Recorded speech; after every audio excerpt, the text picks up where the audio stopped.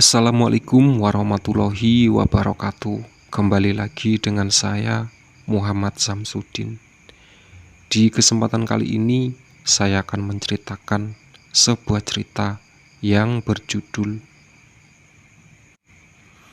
Hampir Menjadi Tumbal Pesugihan Pemilik Perusahaan. Cerita ini ditulis oleh Jemi Haryanto. Nanti link sumber aku taruh di kolom deskripsi. Langsung saja yuk ke ceritanya. Setelah sekian lama menganggur tanpa ada penghasilan, akhirnya lelaki ini diterima pada sebuah perusahaan perkayuan di Kalimantan Barat. Meskipun hanya sebagai karyawan harian, namun dirinya begitu senang. Karena dengan demikian, lelaki yang sudah 5 tahun tak bekerja ini tak lagi malu di mata orang lain. Waktu yang ditunggu-tunggu akhir datang juga, di mana pintu gerbang perusahaan langsung menyambut kedatangannya. Di hari pertama masuk, sambil menunggu waktu, dia sempatkan untuk berkeliling area bangunan besar itu. Sekali melihat-lihat suasana gedung, pelataran parkir, gudang, serta satu bangunan tua yang menjadi bangunan induk tempat perusahaan besar ini menjalankan aktivitas produknya. Bangunan tua yang dirinya maksudkan tadi merupakan salah satu bangunan bergaya yang terletak di daerah kota tua, namun masih memperlihatkan sisi megah dan menyiratkan kejayaan masa lalu pemiliknya. Pemilik pasti sangat kaya hingga dapat memiliki gedung besar dan semegah ini. Aku yakin bangunan ini bisa menjadi warisan bersejarah yang telah dipakai secara turun-temurun.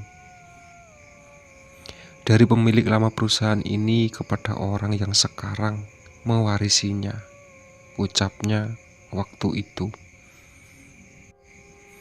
Menurut informasi, bangunan bergaya klasik itu banyak menyimpan cerita, bahkan peristiwa atas jatuhnya bangunan bisnis keluarga kaya tersebut. Dan dalam suasana pagi yang cerah, dirinya sangat menikmati panorama bangunan itu. Namun aneh, tiba-tiba ada satu kekuatan lain yang menyergapnya. Dia merasakan seperti ada suara angin yang berhembus lembut, seolah-olah meniup daun telinganya. Sayup-sayup terdengar seperti suara desahan binatang buas di kejauhan yang terbawa angin. Ada apa sesungguhnya? Batinnya terucap. Kedua matanya masih terus asik menikmati bangunan tua itu. Sekilas tampak gedung megah itu kurang terawat. Jendela besar berkaca buram, kotor, begitu juga dengan koridor panjang yang melingkarinya. Semua terkesan kumuh, serta sedikit agak angker. Nah kan, tangga ke lantai atas pun hanya disinari sebuah lampu neon yang bercahaya mulai temaram. Tak sengaja pandangannya tertuju pada salah satu jendela yang paling kusam di lantai 4. Entah ruangan apa di atas sana, sepertinya ruangan itu hanya disinari oleh cahaya redup lampu. Seketika itu juga semua pandangannya seakan diselimuti oleh yang berbau mistis. Seolah-olah ada sepasang mata yang sedang bergerak mengawasi dari atas sana. Mungkinkah penunggu gedung tua ini sedang mengawasi gerak-geriku dalam bisiknya dalam hati? Namun dia segera mengabaikan pikiran itu. Rano sebut saja demikian. Benar-benar sudah memantapkan tekadnya bekerja di perusahaan itu demi uang dan kebutuhannya sehari-hari. Tunggu sebentar lagi ya mas, bos masih ada urusan. Mohon maaf agak lama menunggu. Suara merdu wanita muda mengagetkannya. Rupanya tidak terasa bahwa Rano sudah 1 jam lebih menunggu untuk mendapat giliran masuk wawancara. Selanjutnya adalah giliran pemuda itu, dan ketika masuk ke ruangan, dia melihat bos besar itu sedang menyantap makanan siang dengan sangat rakus. Mulutnya dipenuhi makanan, sementara kedua tangannya sibuk menyendok makanan dan memilah buah-buahan pencuci mulut yang ada di atas meja, seolah tak memperdulikan kehadirannya. Rano kembali terpana melihat cara orang gemuk itu makan, hampir menyerupai seekor binatang buas yang baru saja mendapat mangsa. Aneh, bukankah dia seorang bos besar? Meskipun bukan perusahaan nomor 1 di provinsi itu, tapi dia adalah seorang bos. Lalu, mengapa cara makannya seperti orang kelaparan? Ayo, silakan duduk, katanya pada Rano. Dengan sungkan, Rano segera duduk di depan meja kerjanya. Sambil mencuri-curi pandang, Rano mencoba mengawati keadaan ruang sang kerja bos. Sungguh aneh, ruangan besar itu hampir dipenuhi oleh sesajen yang kering. Bahkan, nampak buah-buahan sesaji yang mulai membusuk hingga akhirnya menetes mengotori dinding serta karpet lantai. Aneka kue jajanan menjamur di atas meja. Tampak juga beberapa dupa yang masih menyala hingga asapnya memenuhi tiap sudut ruangan. Tak hanya itu, pada dinding serta langit-langit ruangan bergelantungan aneka jimat hingga menambah keunikan ruang kerja ini. Kembali Rano dibuat semakin takjub manakala pandangannya mengarah pada sebuah patung besar setinggi 2 meter yang dikelilingi banyak sesaji. Patung ini berdiri tegak di sudut ruangan yang agak gelap. Saat sesi tanya jawab, ternyata si bos itu memiliki bentuk wajah yang agak aneh. Matanya sipit karena dia orang Cina, namun di balik itu menyerupai mata iblis. Sementara kedua alisnya naik ke atas bak alis para pendekar silat. Saat tersenyum, dia pun lebih mirip menyeringai daripada senyuman. Sembari memperlihatkan deretan giginya yang kotor serta tidak terawat, bahkan masih dipenuhi sisa-sisa makanan. Sekalipun sangat aneh dan mengganggu, namun Rano terpaksa harus mengabaikan semua itu demi mendapatkan sebuah pekerjaan. Singkat cerita, Rano kemudian diterima bekerja di perusahaan tersebut sebagai pekerja harian, lebih tepatnya lagi cleaning service. Setelah lama bekerja, Rano baru menyadari kalau dirinya sebenarnya hanya menjadi umpan-umpan kawan sekantor yang enggan lembur pada setiap Rabu malam atau malam Kamis. Hati-hati, dengan ada yang di lantai 4, Ran, bisik Japar, salah seorang teman sejabat yang baru dikenalnya.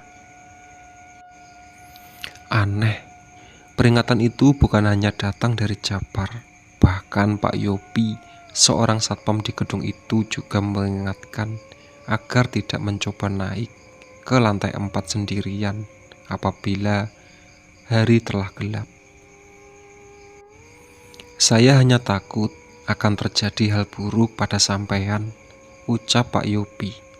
Kemudian melanjutkan, saya sudah bekerja di sini hampir 13 tahun, namun sampai sekarang tidak berani naik ke atas. Mulanya Rano tak serius menanggapi cerita-cerita itu. Hingga suatu malam terjadilah peristiwa itu. Malam itu jarum jam telah menunjukkan pukul 20.30.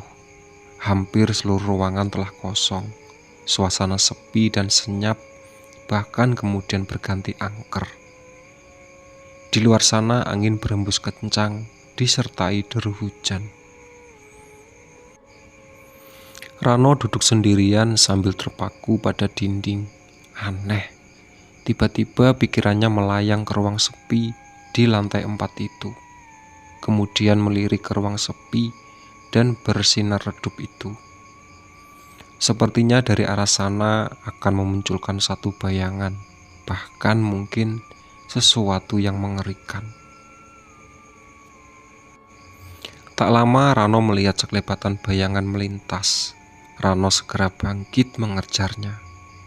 Dia mencoba berjalan menuju munculnya bayangan tadi, tapi dia tak menemukan siapa-siapa. Tapi dia yakin telah melihat bayangan. Tapi anehnya, dia menghilang di lorong gelap menuju lantai 4. Bukan merasa takut, kejadian itu justru membuat semakin penasaran. Kemudian memutuskan untuk menelusuri lorong sepi yang terbentang panjang di depannya itu. Sambil berharap bayangan itu muncul lagi. Tak lama Rano menangkap keanehan lagi. Dari ujung koridor gelap itu, dia mendengar suara percakapan. Ketika dirinya dalam kebingungan, jantungnya nyaris copot. Sebab tiba-tiba ada sebuah tangan menyentuh bahunya. Ketika menoleh, seorang pemuda yang telah berdiri di depannya. Dia tersenyum dingin sambil menyodorkan segenggam kertas. "Mencari siapa, Bang?" Dia bertanya dengan suara datar, disertai raut wajah dingin tanpa ekspresi. Aku diam terpaku. Wanita itu kembali berkata, "Tolong, simpan kertas itu di lantai bawah." Baik, Mbak," jawab Rano sedikit gemetar. Bulu kuduknya meremang, dalam hatinya juga bertanya-tanya. Perempuan ini staf dari bagian apa? Saya belum pernah melihatnya sebelumnya. Rano bertanya dalam hatinya. Sambil berusaha menenangkan diri, Rano mencoba bertanya tentang kertas-kertas itu. "Kalau saya boleh tahu, ini kertas apa ya, Mbak?" Rano bertanya. "Ini cuma daftar orang yang siap berkorban di sini, sekalipun mereka menolak," katanya lagi. "Berkorban? Maksudnya apa?"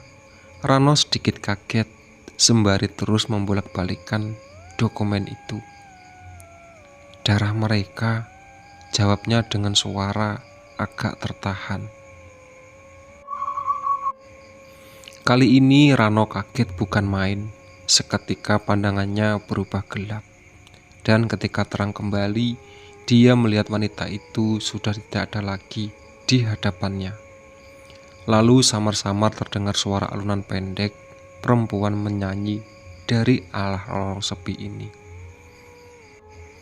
Tanpa menunggu lama, Rano kemudian bergegas meninggalkan tempat itu.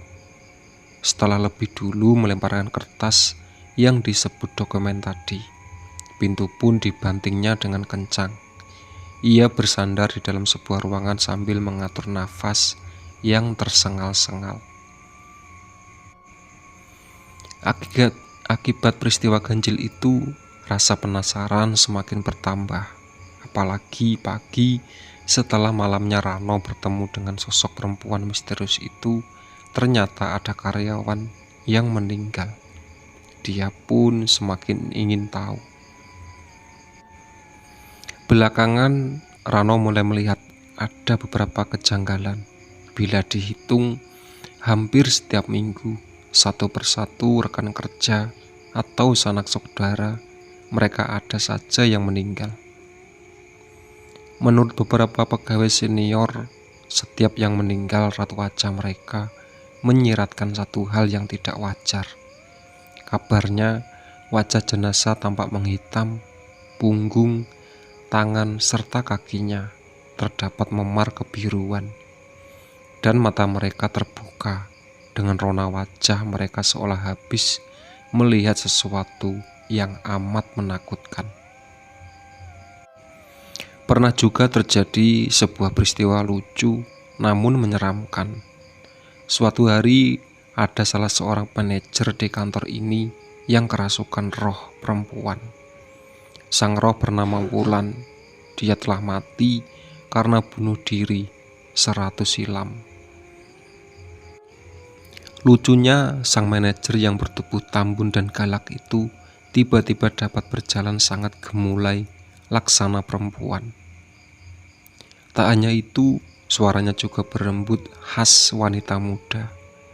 Nah, dari celoteh Wulan-Wulan cerita yang sebenarnya bergulir, termasuk tentang para korban makhluk di lantai 4. Wulan yang meminjam mulut Pak Wardoyo, sang manajer itu, bercerita bahwa bos besar mereka itu telah meminjam arwahnya sebagai budak suruhan untuk mendapatkan harta, bahkan untuk mengikat jiwa seorang yang dia kehendaki untuk ditaklukkan.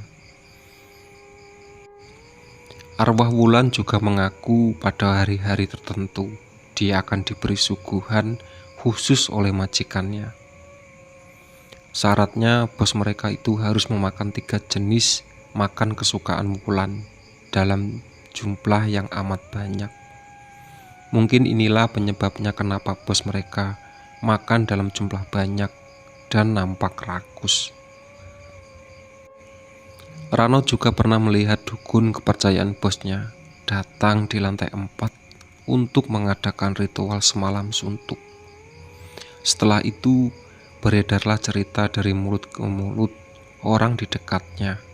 Bahkan, bosnya akan segera memecat beberapa orang karyawan sebab menurut sang dukun mereka tidak cocok dan harus dikeluarkan.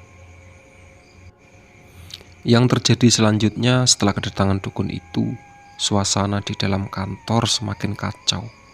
Seringkali terjadi keributan di antara staf dan karyawan. Sejumlah peristiwa aneh juga terjadi, mulai staf kerasukan, mengalami kecelakaan fatal, hingga cacat. Bahkan yang meninggal pun ada. Kondisi semacam ini membuat pikiran Rano menjadi tidak karuan, hingga pada suatu malam ketika semua staf dan karyawan telah meninggalkan ruang kerjanya masing-masing, tinggallah Rano sendiri bekerja. Ketika dirinya sedang membereskan dan membersihkan ruang para staf, tiba-tiba saja ada angin dingin menyapu pundaknya. Tidak beberapa lama, samar-samar Rano mendengar suara perempuan yang seolah sedang merapal mantra. Ketika itu rasa takut di dalam hatinya muncul. Terlebih lagi, lama-kelamaan suara itu semakin keras terdengar, meski tidak jelas mantra yang sedang dilantunkannya. Walau begitu, Rano coba memberanikan diri bangkit, lalu berjalan ke arah datangnya suara itu. Dia kemudian membuka pintu koridor ke lantai 3 yang diduga suara itu bersumber dari sana. Seketika tercium semerbak wangi bunga melati serta aroma kemenyan. Rano menghentikan langkah untuk sekedar mengatur nafas sambil menenangkan hatinya yang mulai dihantui rasa takut. Hati pun kecut, bukan main ketika sadar bahwa langkah itu telah di trap tangga terakhir dari sekian anak tangga menuju ruangan di lantai 4. Sementara itu, suara semakin keras terdengar, diselingi oleh aroma semerbak bunga dan kemenyan, serta anyir darah yang semakin menyengat di hidungnya. Semenjak Rano berdiri terpaku di depan pintu kaca kusam yang membatasi pandangannya ke ruangan bagian dalam. Tangannya bergetar, tak sabar ingin membuka pintunya. Didorongnya pintu itu perlahan. Saat dirinya melangkah tertatih di dalam, suasana temaram. Rano mengenali gerak-gerik sesosok makhluk besar. Lampu itu kakinya pun terasa lemas. Sungguh, dia benar-benar melihat bagaimana makhluk itu sambil mengeram terus menggerogoti mangsanya dengan rakus. Dalam keadaan sangat takut, dia mengenal kalau ternyata makhluk itu wujudnya siluman. Dia sedang mengoyak-ngoyak sepotong daging merah dengan kuku hitam tajamnya. Setidaknya itulah pandangan gaib yang dia lihat, yang tentu saja tidak dapat dilihat dengan mata telanjang. Namun Rano dapat melihatnya dengan jelas karena dirinya juga memiliki ilmu supranatural.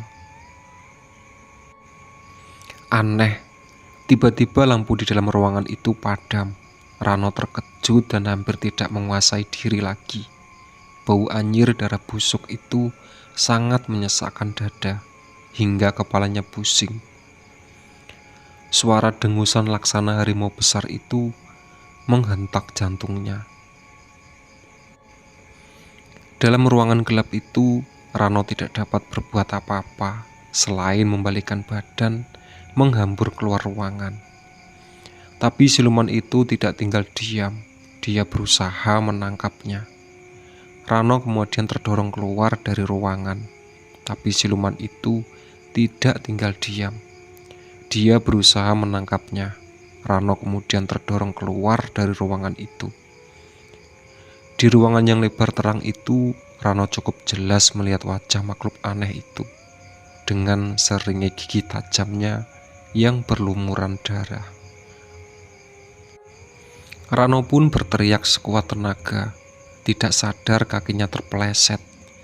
Tubuhnya terpelanting jatuh berguling-guling menuruni anak tangga sampai ke lantai. Tak hayal lagi seluruh sendi di badannya terasa remuk redam. Kepalanya pusing berat bersamaan dengan itu. Di telinganya kembali terngiang suara perempuan pembaca mantra tadi. Sambil menahan sakit, Rano segera berlari meninggalkan ruangan. Seminggu setelah kejadian itu, suatu siang Rano sedang merapikan beberapa barang yang tertumpuk di koridor gelap depan ruangan. Bosnya muncul tiba-tiba. Dia berjalan ke arahnya dengan rona wajah yang tidak bersahabat. Rano segera bangkit untuk memberi salam. Tidak diduga, dia malah mengancam dengan kata-kata yang tidak mengenakan hati. Sembari jarinya menunjuk ke Rano. Kamu tahu kalau saya ini orang kaya raya. Aku ada uang banyak, ribuan setan, arwah leluhur, bahkan jin manapun sudah aku panggil dan aku tundukkan. Apalagi cuma kamu, cecernya dengan nada sinis. Saya peringatkan, makhluk besar di lantai 4 adalah pelindung saya. Seluruh harta saya, dia yang jaga. Dia amat kuat luar biasa. Tidak ada nada yang bisa dikalahkan. Dia punya kekuatan, dan saya tidak bisa mati. Bentaknya lagi. Jadi, kamu jangan coba-coba ganggu dia punya tempat. Apalagi kamu mau jadi pahlawan, karena bukan di sini tempatnya. Kalau kamu masih butuh makan, kamu kerja baik-baik seperti bego lainnya, atau kamu akan saya keluarkan dari sini. Kejarnya lagi sambil telunjuk mendorong kening Rasno keras-keras.